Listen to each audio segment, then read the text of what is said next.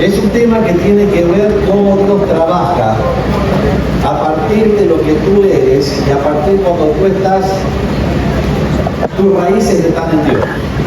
Cuando tú tienes raíces de amor, de fe, de libertad, cuando tu vida está puesta en la vista en Dios, cómo Dios trabaja. Y vamos a estudiar una historia que es muy común para todos nosotros, que está en Segunda de Reyes, el capítulo 5.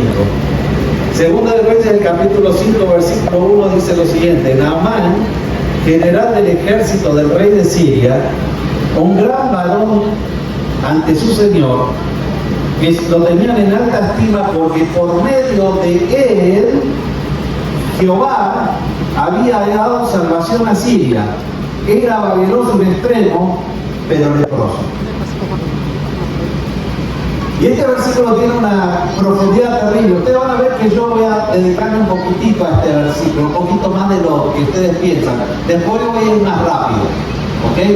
Porque yo sé que algunos calculan, ¿no? Pero hasta que no baje el sol estamos en sábado. Y generalmente somos adventistas del séptimo día, cuando el sol baja y ahí todo el mundo ya dejamos. En otros lugares se van todas las pizzerías, ¿no? Entonces, baja el sol, ya no podemos estar más con Dios, nos vamos a hacer lo nuestro. Pero estamos todos los creo, me imagino que los que están acá es porque se quedan para mañana, etc. Así que no tenemos mucho más que hacer que estar acá. Pero no voy a terminar antes que el sol se ponga. ¿Qué dice este versículo? ¿Por qué dice que la gente lo tenía en alta estima a este hombre? ¿Por qué?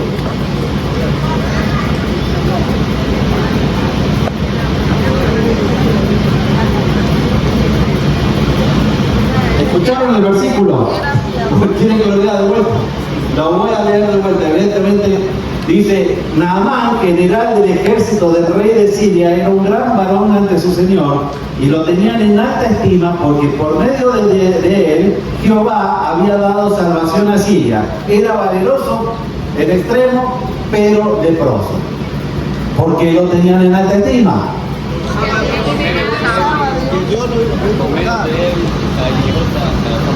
Porque por medio de él dice, lo voy a leer de vuelta. Please.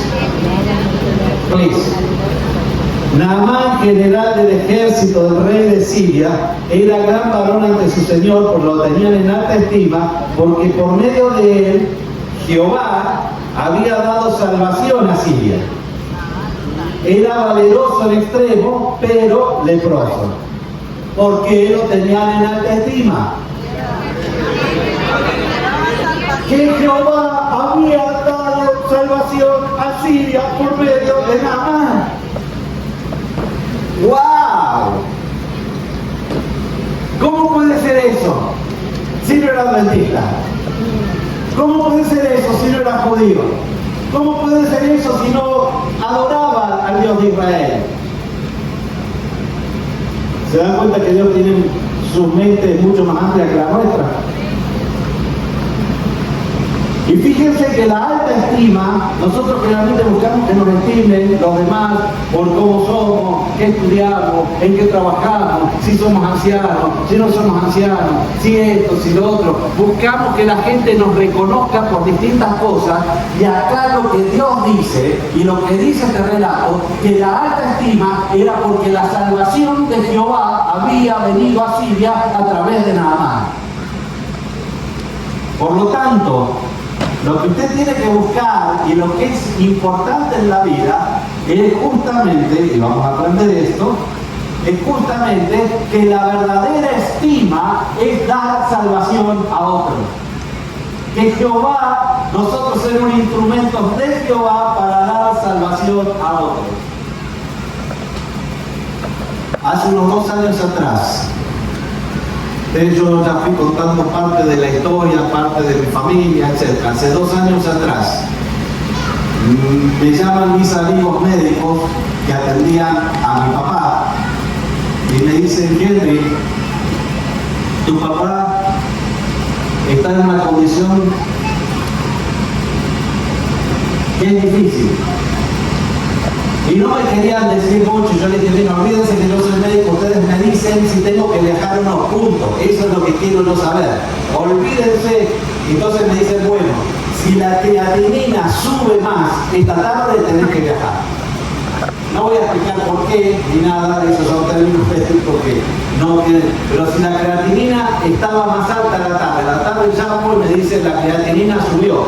Por lo tanto, yo sabía que tenía que viajar. Era miércoles, tenía que sacar un pasaje para el jueves, tenía que llegar el viernes a la mañana, de ahí tenía de Seiza, tenía que tomar, si yo tenía que ir por los caminos normales, tenía como 8 horas más para llegar al lugar donde viven mi papá y mi mamá, que es el lugar donde está el pueblo adventista, donde viven todos los adventistas, etcétera, etcétera, donde yo fui médico, etcétera, etcétera, etcétera.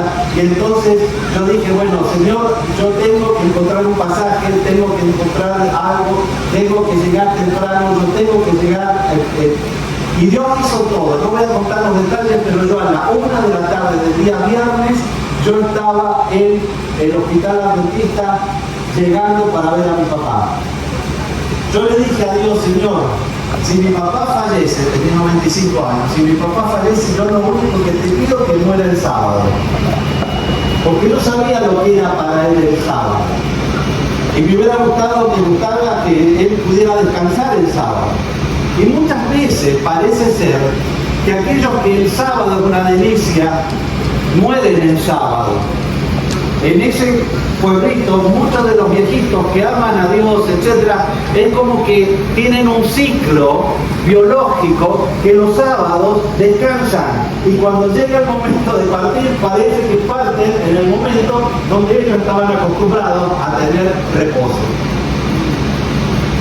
Yo llego el viernes a la 1 de la tarde, veo a parte de mis primas que estaban ahí, que habían viajado, estaban con mi mamá, lo veo a mi papá Rosalgante, le veo el oxígeno, 100% de oxígeno, me ve, no podía hablar, pero me sonrió, lo abracé, le dije, papá, quédate tranquilo, yo ya estoy acá, mamá está conmigo. Pues yo sabía que él lo que le preocupaba era mi mamá. Y él me sonrió, me apretó la mano. Y entonces, 2 horitas después, mi mamá dijo, me voy a descansar a casa. Digo, quédate tranquila, yo me quedo con papá. Mi papá no era un hombre muy cariñoso, digamos, físicamente. Pero sí, si yo le decía, necesito una corbata, a los 5 minutos venía con 5 corbatas.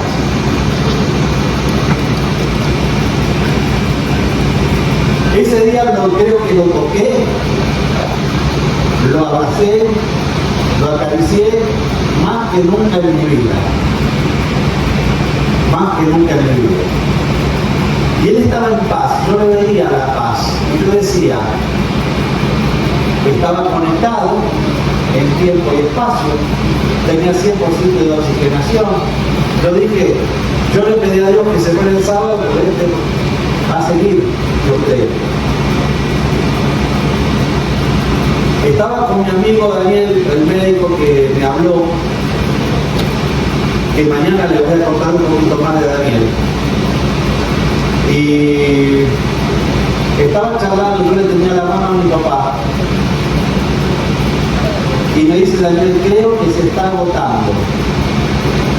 Una linda manera de decirme que se está muriendo tu papá. Yo me doy la vuelta y su cara, que estaba totalmente rojita, etcétera, bien oxigenada, por así decirlo, estaba cambiando de color. Yo inmediatamente puse las manos sobre él, le agradecí a Dios por la vida, le agradecí a Dios por su testimonio, le agradecí a Dios por lo que nos dio. Se lo entrego a Dios y digo amén. Y él murió. En ese momento el sol estaba bajando y comenzaba el sábado.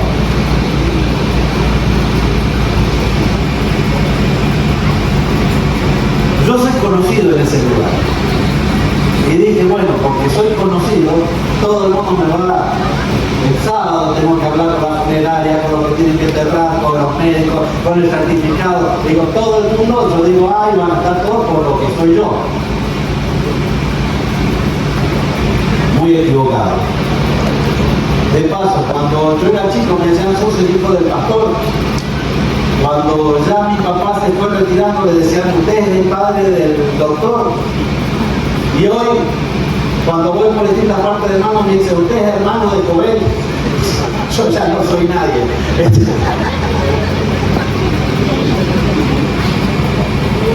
Pero llama a la funeraria. La dueña de la funeraria fue compañera mía de jardín de infantes. Y me iba a decir, Henry, no te preocupes por nada, por vos traigo. Y cuando la llamo, me dice, Henry, no te preocupes por nada. Tu papá fue muy importante para nosotros.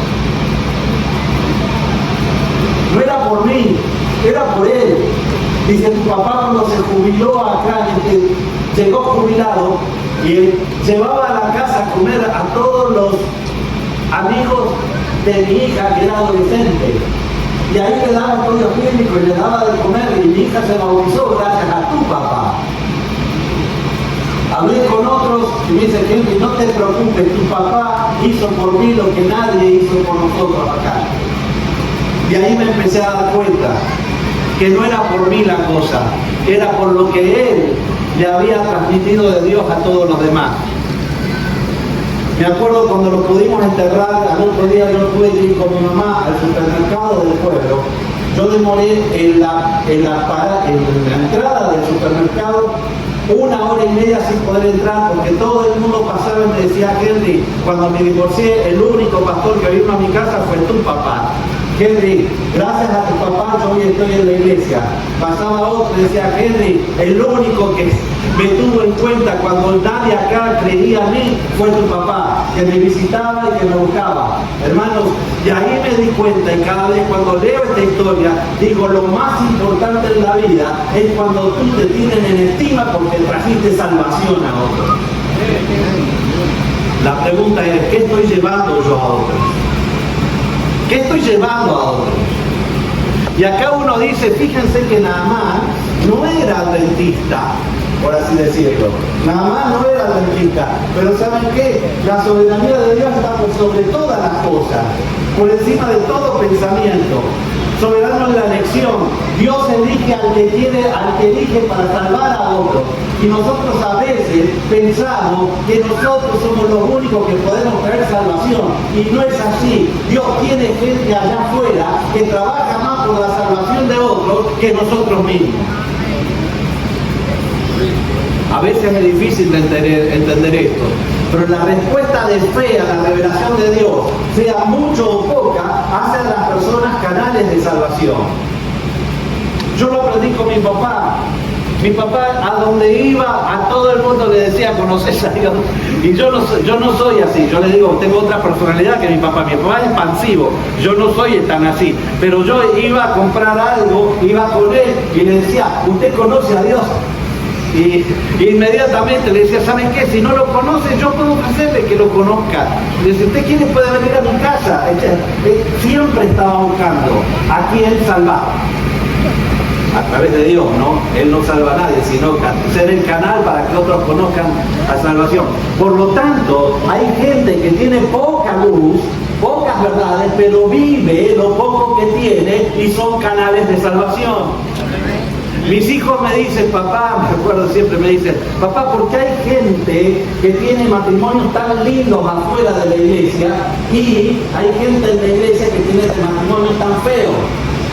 Y yo le decía, porque esos de allá afuera, Dios se les revela muy poquito y viven lo que Dios se les revela. Y los que están adentro creen que saben mucho de Dios, pero no viven nada de lo que Dios es.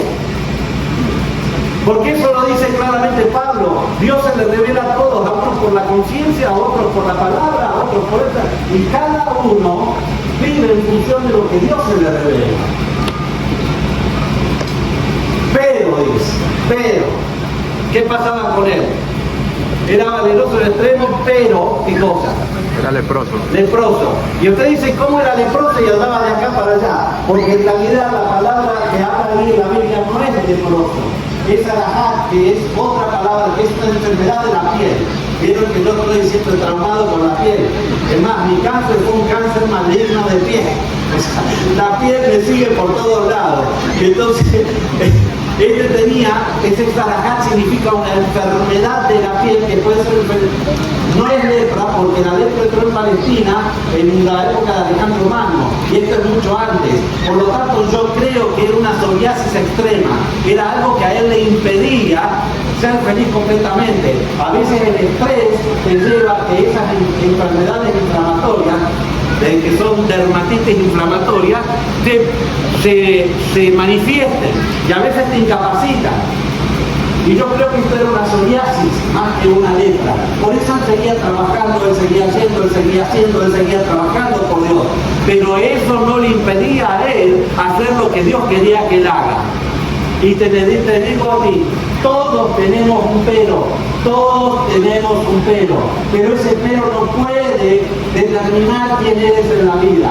No puedes estar llorando los peros, no puedes estar viviendo en función de tus peros, no puedes estar viviendo creyendo que el pero está liquidando tu vida. No, tú tienes a Dios, no importa el pero, sigue adelante, porque tú tienes una misión que es salvar a los otros, los que están a tu alrededor.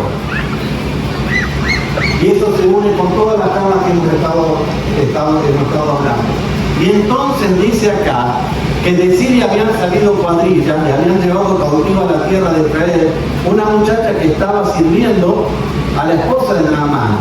Y ella le dijo a su señora, si mi señor le habla al profeta que está en Samaria, él lo sanará de su lepra, o él lo sanará de su enfermedad. Y nosotros ahora tenemos una muchacha que en teoría ya lo habían traído de allá de Israel, y no es que vinieron los sirios y entraron y golpearon la puerta y decían, a ver, venimos a traer paz, siempre nos llevamos a la muchacha y ustedes se quedan tranquilos. No entraban con hacha, espada, con esto, con lo otro, mataron a sus padres, o lo hicieron, o quemaron la casa y se la llevaron a la muchacha y se la llevaron a Siria. O sea, era una muchacha que podría estar condicionada con sus pelos. O sea, ella podría haber estado ahí diciendo, ay, pobre de mí, que yo te estaba en mi casa ya. Ustedes todos han venido generalmente de otro país, pero han venido porque ustedes decidieron venir.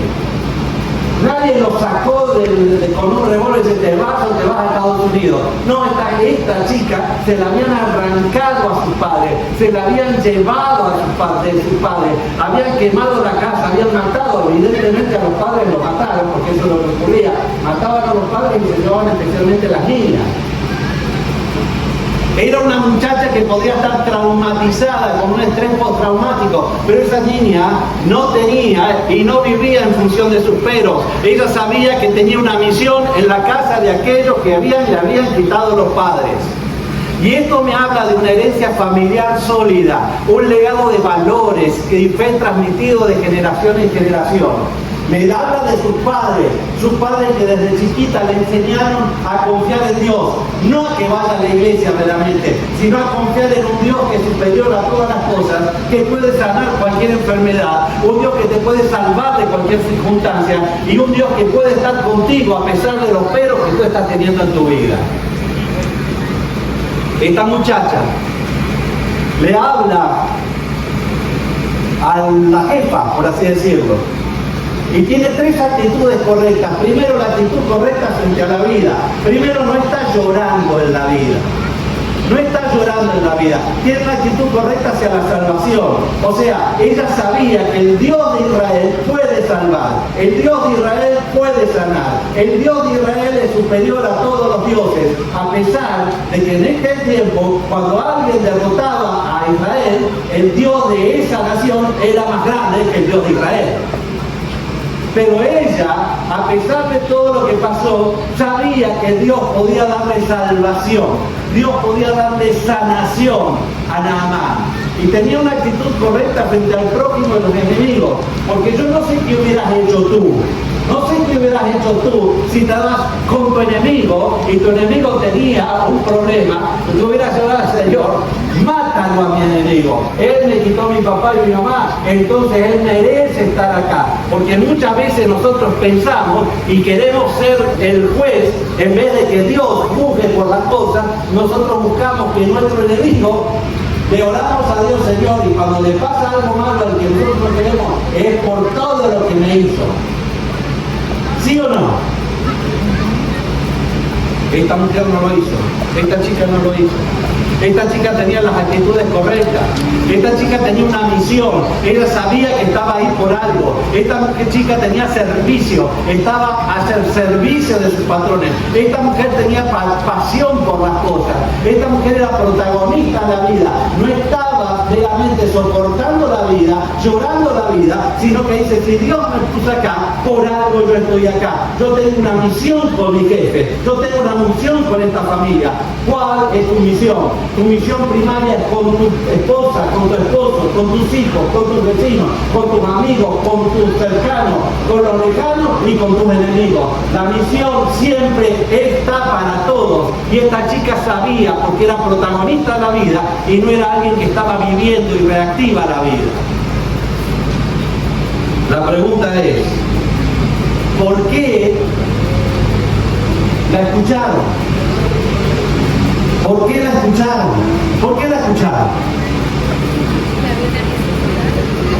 Había una necesidad, pero acuérdense, el Dios de Israel era menor que el Dios de Siria, porque ellos habían conquistado Israel. Segundo, esta chica era mujer, las mujeres no opinaban. Y perdonen las mujeres, ustedes están opinando desde hace poco. Creo que están opinando mucho. No. Eso es un chiste. Pero hasta hace poco ni votaban. Ustedes no entienden lo que pasaba con una mujer en aquel tiempo. Era mujer. No solamente era mujer, sino que era una niña. Y no solamente era una niña, sino que era esclava. No tenían por qué escucharla, pero ¿saben qué? Cuando usted, esto hablamos del tema anterior, cuando usted tiene fe y usted confía en Dios, usted es confiable.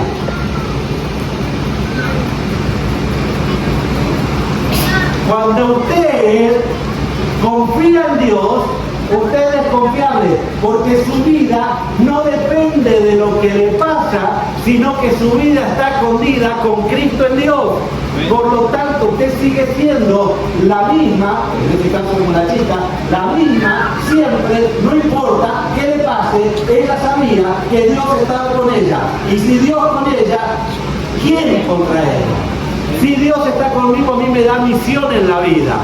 Si Dios está conmigo, yo no tengo por qué, yo no sufro la vida, sino que yo tengo misión siempre. Y la misión no es un cargo en la iglesia, la misión es lo que yo tengo, lo ofrezco al que está a mi lado. Lo que yo tengo, lo ofrezco a mi prójimo. Yo amo a mi prójimo, al que está próximo. ¿Cómo lo amo? Satisfaciendo sus necesidades. ¿Cómo satisfacemos las necesidades?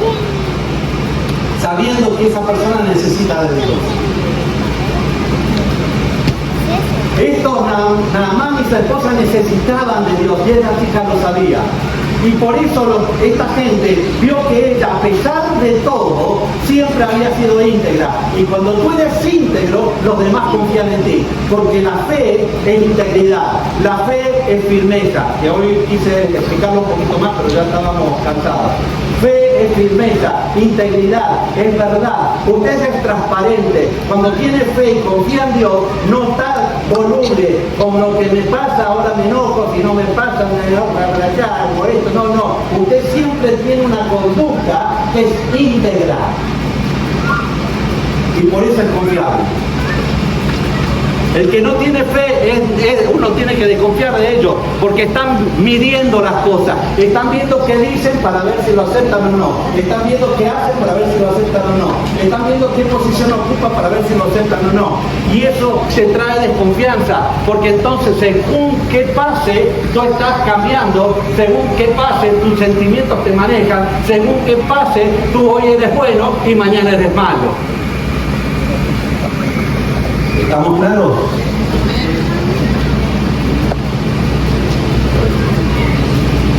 Ahora fíjense, vamos a leer los versículos que siguen.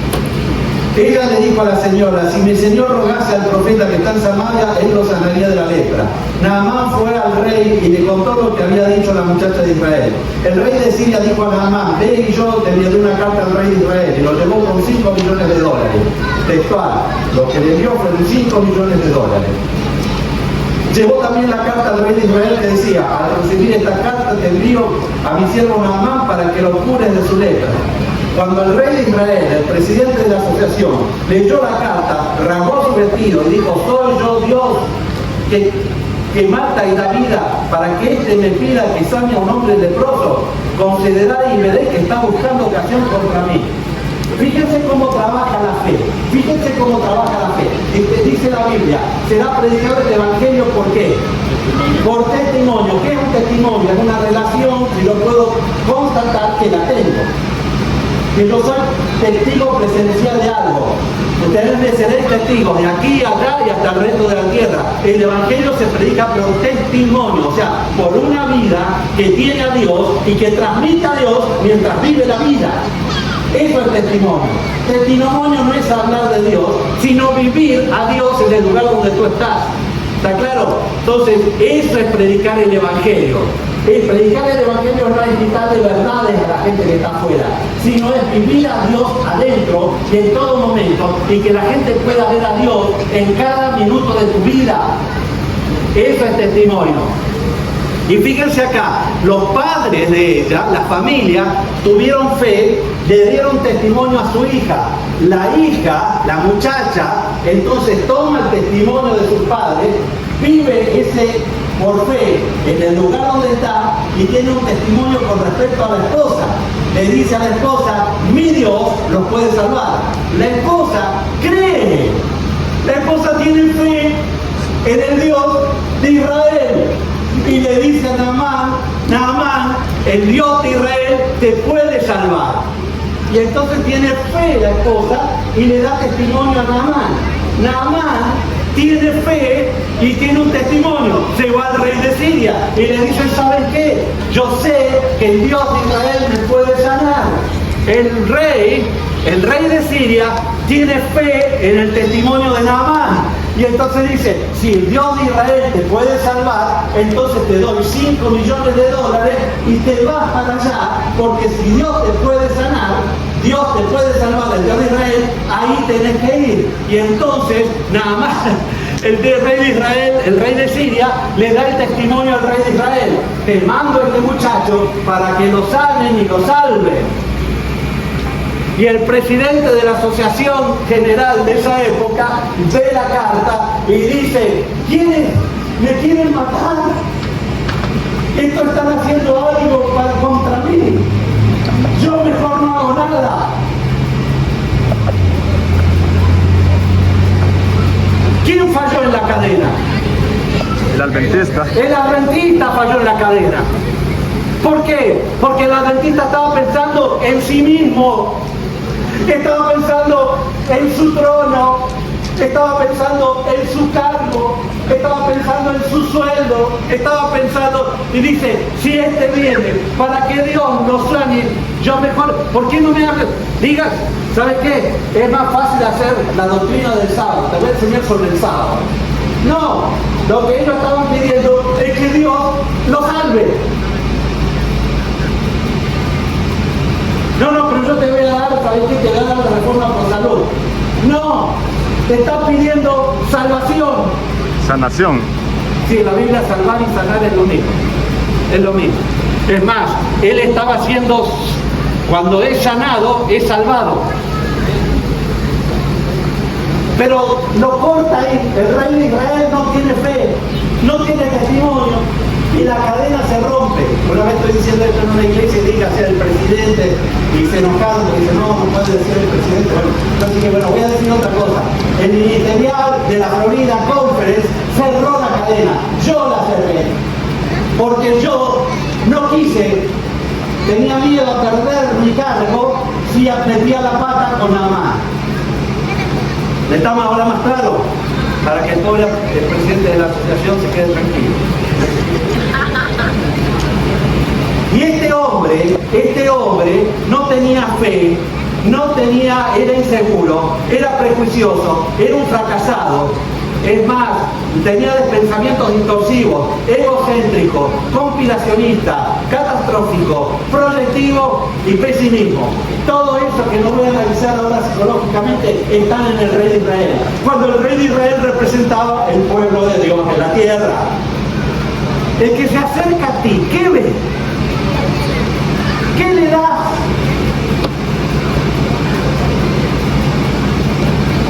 Estos están atentando contra mí. ¿De dónde gira este pensamiento? Soy yo el problema. O sea, yo no quiero que alguien haga algo contra mí. A ver si todos estos vienen y me quieren sacar el trono. A ver si estos se enojan porque yo...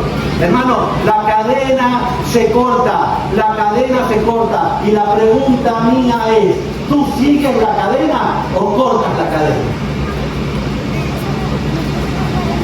Si yo te pido que pienses en tu vida, ¿tú tienes fe y testimonio o contigo ya se acabó todo?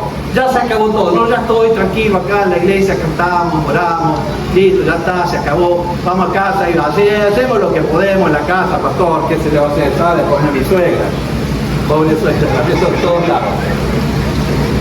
O sea, nosotros pensamos que somos testigos solamente para la iglesia. No, somos testigos para el mundo.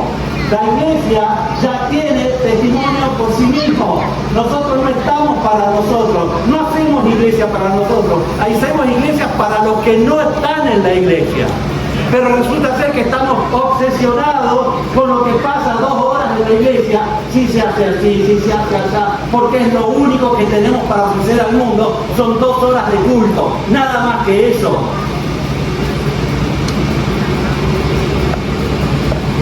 Entonces mejor quedémonos así, que no venga nadie. Una vez llegué a una iglesia, gracias a Dios ya todo ha cambiado, pero hace muchos años empecé a viajar por todo, llego a una iglesia importante y llega toda una familia de visitas. Yo lo noté porque cómo venían, etcétera, una ciudad donde hay mucho turismo y evidentemente vieron la iglesia, una iglesia linda, que entraron todos, se sentaron a las 10 menos 20, 10 menos cuarto, estaban en la escuela sabática. Terminaron la escuela sabática, nadie los miró, se sentaron fuera de una clase, nadie fue a decirles, quieren pasar, estamos estudiando un pedazo de la Biblia. No, los dejaron ahí solos. Terminaron, yo tenía que predicar ese día, terminaron a las 10:30, hermanos, eran las 12 menos 10 y yo todavía no empezaba a predicar. ¿Qué esto? ¿Qué acá? ¿Qué pasó este? ¿Qué pasó el otro? ¿Qué vino este? ¿Qué vino el de acá? Y yo le decía, esta gente se va a ir, se va a ir, se va a ir, se va a ir. ¿Y saben qué? Se fueron todos a las 11:30, después de estar 1 hora esperando que alguien le dé palabra, se fueron. Porque esa iglesia estaba haciendo iglesia para sí mismo, no para los demás. Estaban haciendo todo complicado y hablaban en un lenguaje que no era para el que venía por primera vez, era un lenguaje para nosotros. Hermanos, yo pasé frustrado ya a predicar ese día, a las 12:10. La escuela sabática terminó 10:30 y yo a las 12:10 comencé a predicar y la gente se había ido. Se cortan las cadenas. Se cortan las cadenas.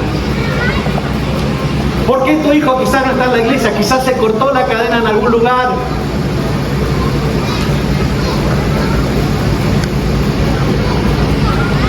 Te voy a mostrar algo. Esto no es para que lo memoricen ni nada. Solamente te voy a contar un poquito más de nuestra historia. Un poquito más de nuestra historia. No importa todo esto. No importa todo esto. Y cuando termine no quiero que vengan a decir cómo pastor consiguió eso. No importa cómo lo conseguí. Lo que voy a quiero mostrarles algo, un ejemplo práctico. Un ejemplo práctico. Cuando fue la pandemia, Dios me proporcionó, y no importa cómo, la posibilidad de rastrear a mis antepasados por mucho tiempo. Tengo un libro hecho con todo a qué se dedicaba cada abuelo, etc.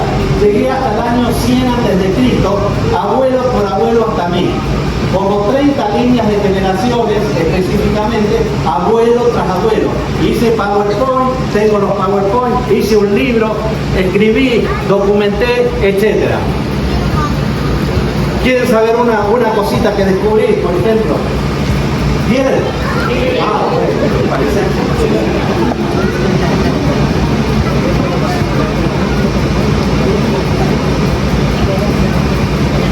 No hay una serie en Netflix, que no se las voy a decir, que no tienen que ver, porque es muy cruel. Pero está basada en el abuelo 36 mío. El abuelo 36 se llamaba Ragnar Lothbrok. ¿Vieron las? No vieron, ni la van a ver. La serie Vikings o Vikingos. El personaje central era mi abuelo 36.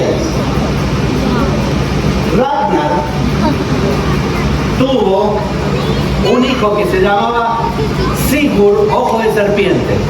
Sigurd Ojo de Serpiente. En la serie, Sigurd muere temprano, pero en realidad no es así como pasó en la serie. Sigurd siguió viviendo.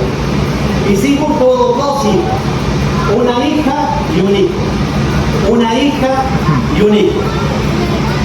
De la hija vino mi abuelo Peter Salmenius Martensen. Y del hijo vino mi abuela Anne-Christine Larvater. O sea, el mismo individuo, cuyo padre era Ragnar Lothbrok, tengo raíces, 35 generaciones después, apareció mi papá y yo. Así que cuidado, porque soy vikingo, y si no me gusta, usando el hacha y liquido al que sea. Para que tengan una curiosidad, nomás una curiosidad. Sigurd, de la hija, del hijo de Sigurd, vino mi bisabuela. Sigurd tuvo un hijo que se llamaba Canuto el Recio. Canuto el Recio tuvo un hijo que se llama Gord el Viejo. Y el otro que siguió es Adolf Bluetooth. ¿Vieron el nombre Bluetooth para conectar todas las cosas de la casa? Viene de mi bisabuelo número 33, Harald Bluetooth, que reunificó el reino de Dinamarca y por lo tanto, en lo que unifica a nuestra casa con todos los aparatos electrónicos, la empresa Ericsson lo denominó Bluetooth en homenaje a mi abuelo número 34. ¿Está claro? Esto le digo para que le crean lo que estoy diciendo, que no es algo que lo saqué de la nada. Pero me importa tres pepinos Ragnar Lothbrok. No es de Ragnar Lothbrok que quiero yo. Lo que descubrí cuando vi todo esto es 17 abuelos que fueron pastores. 17 abuelos que fueron pastores. Uno de ellos viene justamente de Ragnar Lothbrok. Es una bisabuela que se casó con uno de estos pastores, hija de Konrad Berenskov, que fue el primer ministro de Dinamarca, para que ustedes vean que no estoy diciendo falsedades. Entonces, todos estos individuos se les llama el clan Zoega. No les voy a explicar de dónde salen porque ahora estuve en Italia y cuando voy al hotel veo en la cosa dice Giorgio Zoega, la casa. Inmediatamente me fijé y Giorgio Zoega es justamente, no es de mis abuelos, viene de los Zoegas estos, pero saliendo no tiene línea directa conmigo, pero es de los Zoegas también. Que fueron una casa donde el primero, Zoega, se va para Europa, para Dinamarca, escapado de Verona, porque había tenido un problema con de mujeres, un noble lo quería matar en Verona y él se escapa. Cuando se escapa ya se convierte al protestantismo, se casa con la hija de un pastor que se llamaba Johannes Stanley, que era el pastor de la corte. Él al convertirse, el Vaticano le dice, si no te retractas te quemamos acá en el Vaticano. Y quemaron la esfinge de Matías Zoega en el Vaticano y le quitaron todas las tierras de Verona, pero él no se retrató. No lo quemaron a él, pero quemaron simbólicamente, lo quemaron. Y entonces de ahí en más todos los hijos fueron pastores, casados con hijas del pastor, etcétera, etcétera, etcétera. Hasta el año 1837. En el año 1837 hay dos hijos de una de mis bisabuelas, que una es pastor y el otro, en 1774, perdón, el pastor es Johannes Martensen Zoega y el otro se dedica al negocio de los licores. Rompe la cadena y de ese individuo nace otro individuo, y de este individuo nace mi bisabuelo, que por haber nacido de alguien del adulterio, porque ya no estaban metidos en la religión, ya las cosas se manejaban de otra forma, el negocio del licor quitó toda la línea ahora, se rompió la cadena, él, enojado con los abuelos, enojado con sus padres, se mete en un barco y se va de Polizón hasta Argentina. Y ahí en Argentina nos mandan con la colonia danesa, y con la colonia danesa conoce a mi bisabuela, Cristina Latter, etcétera, etcétera, etcétera. Pero se rompe la cadena hasta 1962, 1959, donde mi mamá conoce a mi papá. Y se acuerdan lo que hablamos el viernes, mi mamá, por una cadena de fe que venía del pastor evangélico, que cuando ella tenía 7, 8 años le dé testimonio de Dios, entonces ella se creyó en Dios y se entregó a Dios desde chiquita. Y después, más adelante, no quiero contar toda la historia para los que ya tuvieron el viernes, inmediatamente cuando conoce a mi papá era el hombre del mundo, divorciado, que tenía una mujer en cada puerto, con dinero, etcétera, etcétera, etcétera. Y Dios transforma a través de mi mamá le muestra a mi papá cómo era Dios, mi papá quiere saber quién era Dios, y entonces mi papá se entrega a Dios, y mi papá cambia la historia de la familia, y después, desde 1837 hasta 1150 años después, se vuelve la cadena a formar. Y ahora mi papá es pastor, los hijos son pastores, los nietos de él aman a Dios, los bisnietos de él están en el camino, porque la bendición se transmite de generación a generación, así también como la maldición. Cuando alguien corta la cadena, a veces cuesta 150 años para que vuelva a restablecerse.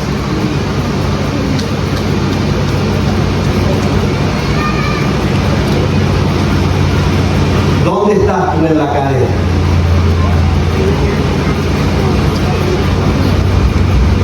Y no es cadena de iglesia, es cadena de fe, de testimonio. Puede estar en la iglesia sin testimonio y sin fe, así como estaba el rey de Israel. Y ya para ir cerrando el tema, porque ya saben ustedes cómo termina esta historia. Inmediatamente cuando Eliseo, el varón de Dios, oyó que el rey de Israel había rasgado su vestido, envió a decirle: ¿por qué has rasgado tu vestido? Venga ahora a mí y sabrá que hay profeta en Israel. Inmediatamente Dios siguió obrando. Porque Dios te puede, si tú cortas la cadena, hermanito, está fuera. Pero Dios sigue amando a Naamán. Dios sigue teniendo un plan para Naamán. Y ahora ya no es por la cadena lógica, sino que ahora se entera el profeta y viene y le dice: yo tengo un mensaje de Dios para ti.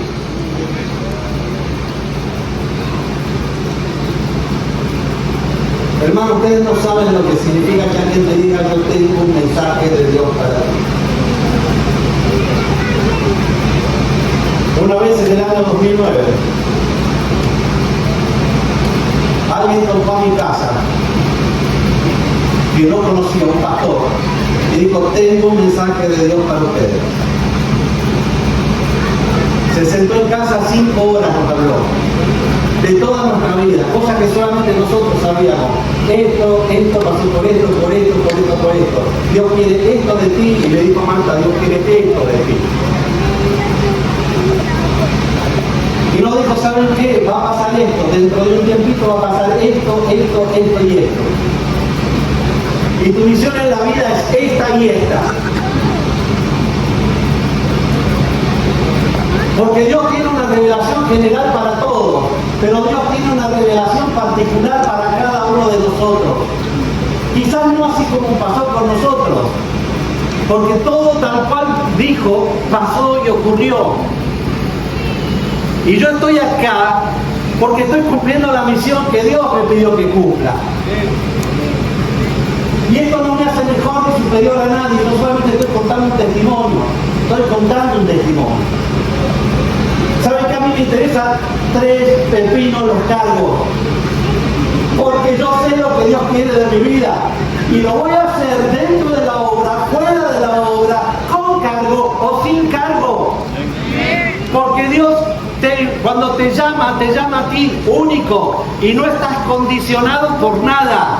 Solamente que Dios a veces te pone en ciertos lugares donde puede potenciar lo que hagas. Y si te saca de esos lugares, como nosotros hemos salido 4 veces de la obra, potencia el lugar donde vos estás ahí. Yo cuando trabajé en el Hospital Británico de Rosario, hermano, mi jefe me decía: Henry, sos una bendición para este lugar, sos una bendición. Nosotros queremos que seas nuestro socio, queremos saber qué. Cuando desde que llegaste todo cambió en el servicio, y era un agnóstico, era un individuo que no creía en Dios, y el otro era un judío, y la otra era una liberal, y la otra era una católica recalcitrante. Y me dice: tú pudiste unir a un judío, un agnóstico, una católica y una liberal con un propósito superior. Y me decía: yo sé que Dios tiene una misión en tu vida. Y si no te quieres quedar con nosotros, me dijo esto un día, si no te quieres quedar con nosotros, yo te entiendo, porque tienes una misión superior, pero no dejes, me dijo así, no dejes que nadie te manipule en virtud de la misión que tú tienes. Y te lo digo como padre, me dijo. Hermano, hay Naamanes allá afuera. Hay Naamanes allá afuera, pero Dios siempre tiene una revelación particular. Él quiere decirte en cada minuto de tu vida lo que tú tienes, lo que puedes hacer. Él quiere revelar el plan, pero tú tienes que estar concentrado allá, no acá abajo. Tú tienes que estar concentrado en Él para poder entender el plan de Dios para ti. Tú no puedes estar concentrado acá abajo, porque acá abajo te va a confundir. Todo te confunde, porque el que hay acá abajo son seres humanos, y los seres humanos son pecadores. Los seres humanos son confusos. Los seres humanos están luchando unos contra otros, y no podemos involucrarnos en esas luchas de poder, ni en esas luchas políticas, ni en esas luchas de nada. Yo tengo a veces hasta vergüenza ver en las redes sociales algunos adventistas que están defendiendo más posiciones políticas que defendiendo al Dios de los cielos.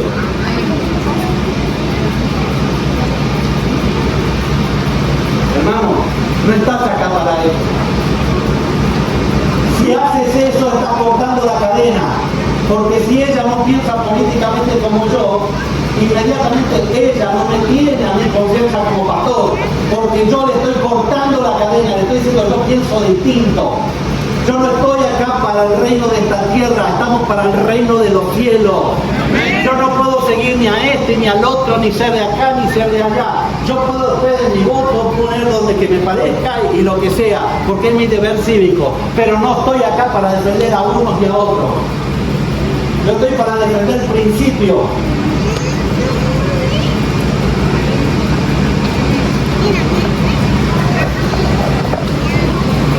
Y eso no pensaba decirlo, pero Dios me inspiró para decirlo. Llegó Naamán con sus caballos y su carro, se paró en la puerta de la casa de Eliseo. Entonces Eliseo le envió un mensajero a decirle: ve y lávate 7 veces en el Jordán y tu carne se restaurará y quedará limpia. Hermano, ni salió Eliseo. Eliseo ni salió. ¿Sabes por qué no salió Eliseo? Y te lo voy a decir. Toda revelación y mensaje de Dios requiere siempre confianza plena en Dios y no en los mensajeros. Usted podría decirme: ¿y alguna vez habló más con ese pastor que vino y le habló? No, porque lo que él me tenía que decir era importante, lo que Dios me podía decir a mí, no lo que él me puede decir a mí. No sé si yo no dependo de alguien que me venga a decir lo que Dios quiere, pero si Dios utiliza a alguien, lo acepto, y lo acepto por fe, y cuando veo que todas las cosas se van cumpliendo, lo digo: esto vino de Dios, pero yo no puedo depender de llamar, y ahora tenías algo más para mí, y ahora tenías... No, yo dependo de Dios, Dios me sigue hablando, y te sigue hablando a ti, porque nosotros, Dios te muestra sus caminos en diversas formas y de distintas maneras. Y ese individuo, para esto usted tiene que ser humilde. Para esto usted tiene que ser humilde. Porque podría haber dicho: Naamán, y yo que soy el primer ministro allá, y viene el siervo a decirme lo que tengo que hacer. Pero Naamán, por fe, dice dice, su carne se lavará 7 veces en el río Jordán y su carne se restaurará. Pero Naamán dice, se fue enojado diciendo, yo pensaba, saldrá dando el pie, invocará el nombre del Señor su Dios, alzará su mano, tocará el lugar y la lepra sanará.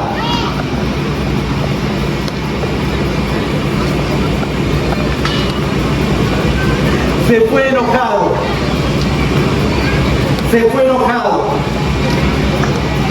Él dijo, él tenía una... Hola. Otro micrófono.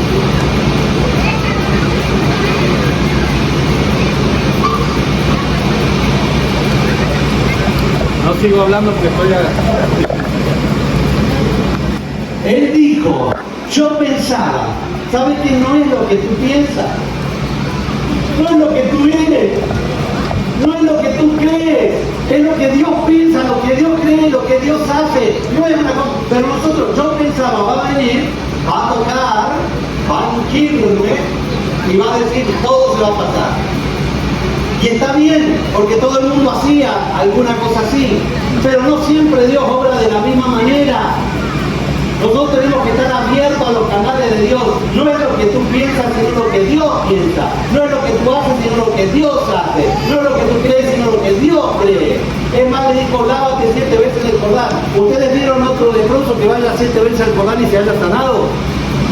No, nosotros, como somos ritualistas, después todos los leprosos al Jordán 7 veces. Porque nosotros confiamos más en la forma que en la esencia. Nosotros confiamos más en que todos hagamos lo mismo, que todos comamos lo mismo, que todos nos gustamos de la misma forma, que todos digamos las mismas cosas, que nadie se escape, porque eso podemos controlar. Pero cuando Dios obra de maneras inéditas y para cada uno, obra para cada uno.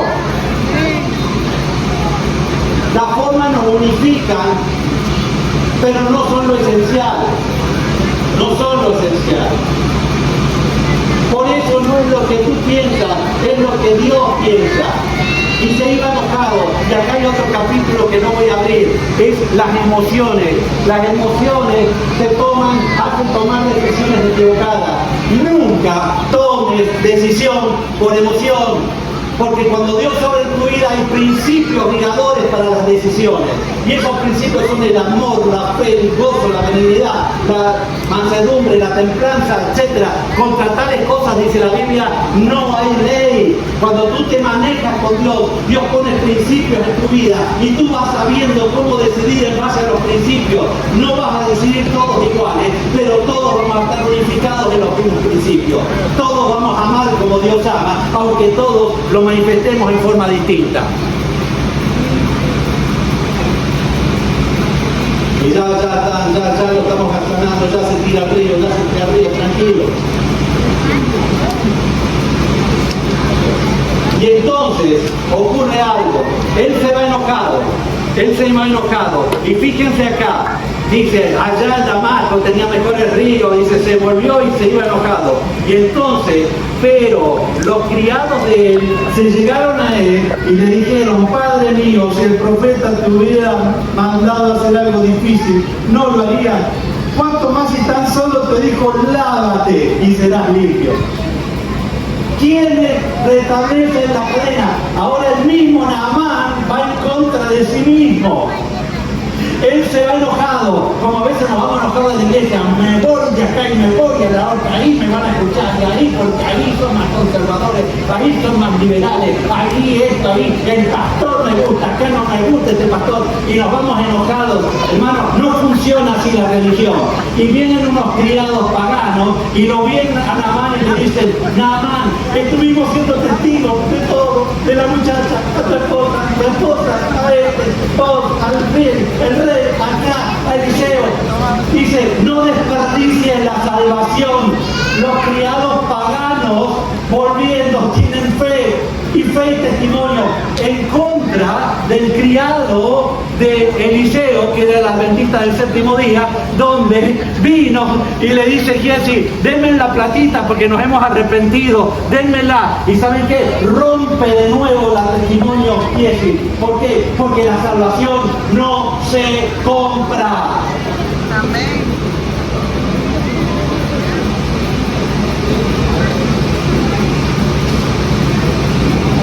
Los criados paganos fueron instrumentos de salvación. El criado adventista comprometió su testimonio, dio un falso testimonio. Y a nosotros que nos gustan los mandamientos, dice, ¿qué dice de los testimonios falsos? Que no tenemos que dar falsos testimonios. Y entonces ustedes saben lo que pasó.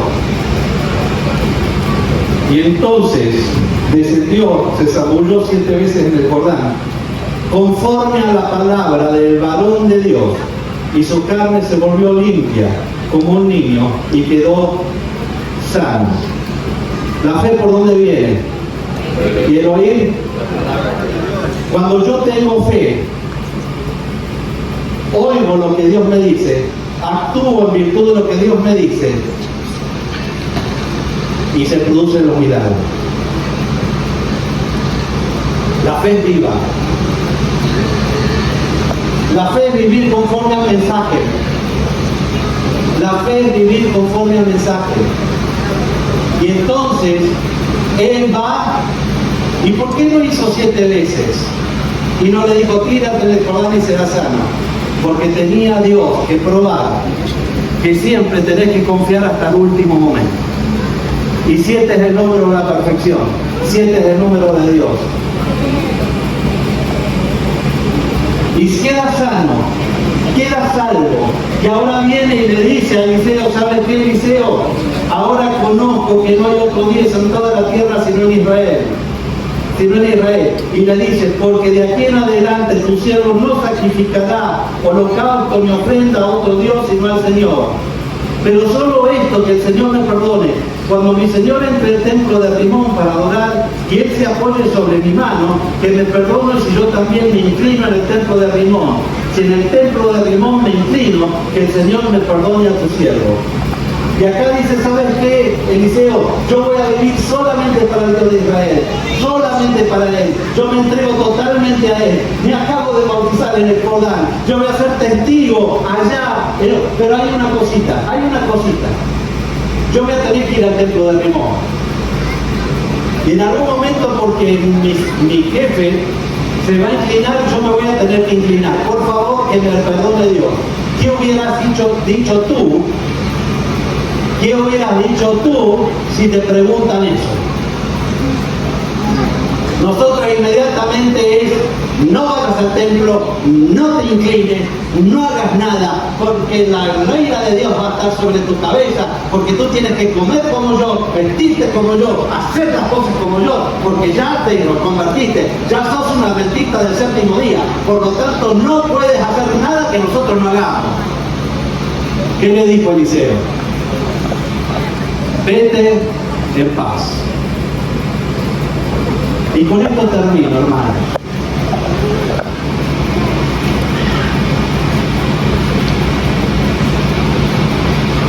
Cuando alguien se entrega a la soberanía de Dios, debemos confiar que Dios sabe dirigir ahora la vida del hombre.